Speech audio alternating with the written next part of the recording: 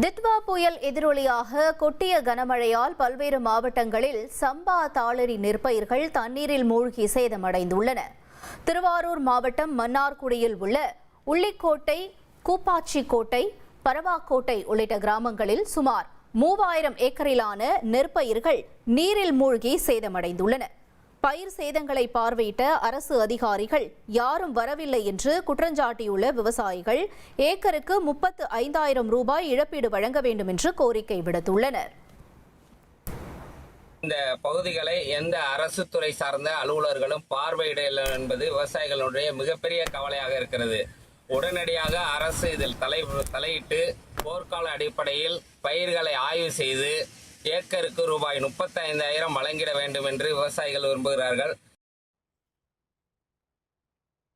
புதுக்கோட்டை மாவட்டம் கந்தர்வக்கோட்டை அருகே நெப்புகை கிராமத்தில் 2 நாட்களாக பெய்த கனமழையால் நடவு செய்து 10 நாட்களே ஆன 50 ஏக்கரிலான நெற்பயிர்கள் தண்ணீரில் மூழ்கியுள்ளன.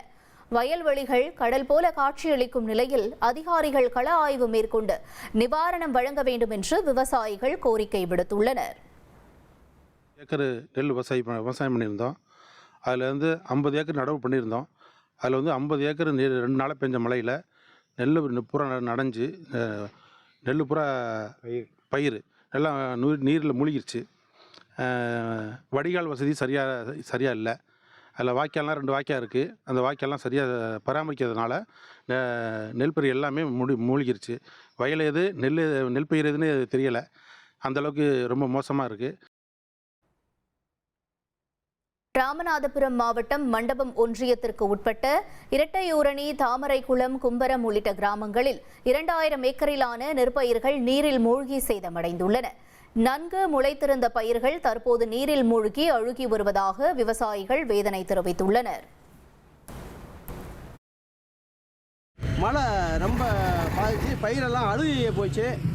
இந்த பயிர் அழுகுனதுனால எங்களுக்கு ஏக்கருக்கு 15,000 நஷ்ட ஈடு வரணும். இது தமிழக அரசு விவசாயிகளை முன்னுக்கு கொண்டு வரணும்னா இப்போ விவசாயத்துக்கு நாங்கள் ஏக்கருக்கு 15,000 செலவழித்து 4 ஏக்கருக்கு இது 60,000 ரூபாய்க்கிட்ட எங்களுக்கு நஷ்டம் ஆகி போச்சு. நெல் எல்லாம் பயிர் அழுகி போச்சு.